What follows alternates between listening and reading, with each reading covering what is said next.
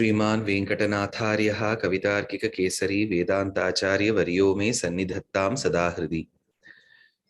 My namaskarams to all of you. I've been asked to talk about the practical aspects of Sanatana Dharma or Sri Vaishnavism, how it can be applied to our daily lives.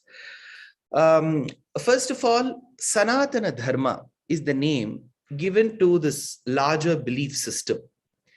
Some of you may understand bits of Tamil, some of you may understand bits of Kannada, some of you may understand bits of Telugu. Since people who understand Telugu may not be able to understand Tamil and vice versa, we have chosen the holiest of the languages, which is English, for the session. So bear with me. And each of you may come with your own accents as well. So some of you may come with your Australian accent, some of you with the accent that's spoken in the East Coast, and some of you in the Midwest, and some of you in the West, and some with me with the Indian accent. So as long as you're all able to comprehend what I say, that's more than enough.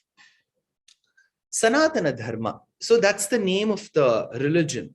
But fortunately or unfortunately, rather unfortunately, the world calls it Hinduism. So the word Hindu is largely associated with the geographical identity. So amongst the rivers that you might have heard, you've heard of the beautiful Kaveri that flows in the states of Karnataka and Tamil Nadu.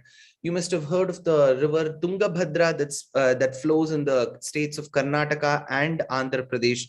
Godavari that runs in Maharashtra, Telangana, and Andhra Pradesh. So you have various such rivers in India, like how you have rivers in the Europe and in the US as well. So there used to be a river, and there still exists this river. It's called the Indus. It starts somewhere in the Tibetan region, runs through India, and then goes into Pakistan. So this river Indus was referred to as Sindhu in those days. So since this river was so wide, like Amazon in South America is supposed to be one of the widest rivers. So since it was such a wide river, person standing on one side couldn't see the other side. So he thought this river to be an ocean too. So in Sanskritam, interestingly, the name Sindhu is a proper noun, is a name associated with a river, as well as it is the name given to an ocean.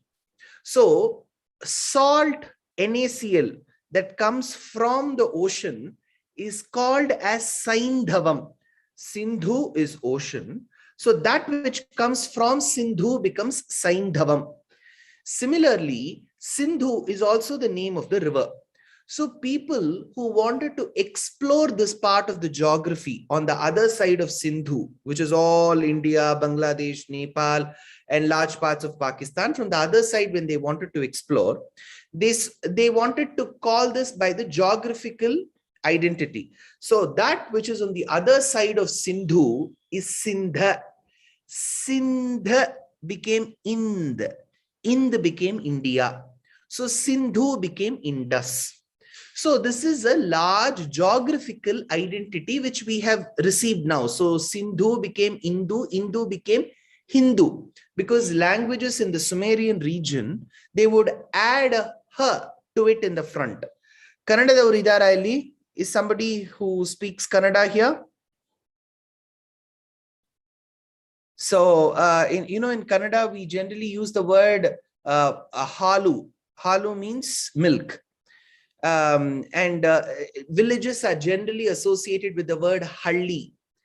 So whenever you go to Andhra or Tamil Nadu, hakaram will become pa. So halu will become palu.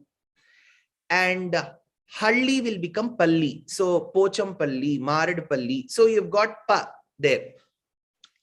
Similarly, the language which was spoken in the Sumerian region had this habit of adding a ha. In Bengali, the language Bengali, you don't have the word va.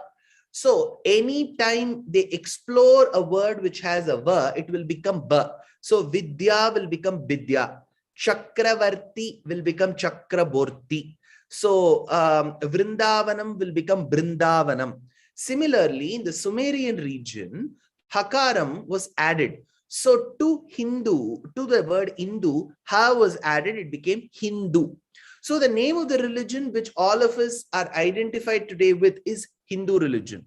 But interestingly, the word Hindu is not found in authentic sources of our religion.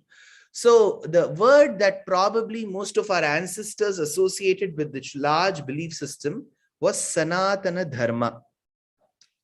Why Sanatana Dharma? Dharma is the intrinsic characteristic feature of anything. For example, if I keep my fingers into the burning fire and I say it's hot, it has to be hot because burning or letting out heat is the property, the feature of fire. So that's the dharma of fire. So if I keep my fingers in the flowing waters of a river, I find it cool because the general natural ability of water is to be the universal coolant. So to cool is the feature of water. To burn is the feature of fire. To forgive is the feature of Bhagavan. So when we say to err is human and to forgive is divine, he's forgiving and he's all merciful. So we call him the one who's merciful and forgiving. So that's his dharma. That dharma which has existed since time immemorial.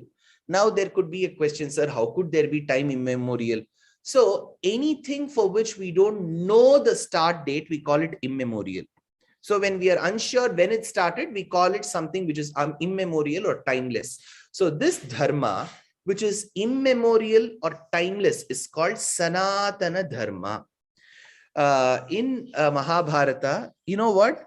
Bhishmacharya says, Krishnam dharmam sanatanam, yecha veda vido vipraha, yecha adhyatma chetasaha, te vadanti mahatmanam, Krishnam dharmam sanatanam. Krishna himself is no different from Sanatana Dharma because whatever Krishna has preached in Bhagavad Gita has been coming to us since time immemorial. So this religion which we are all associated today with, which is Hinduism, is traditionally called as Sanatana Dharma.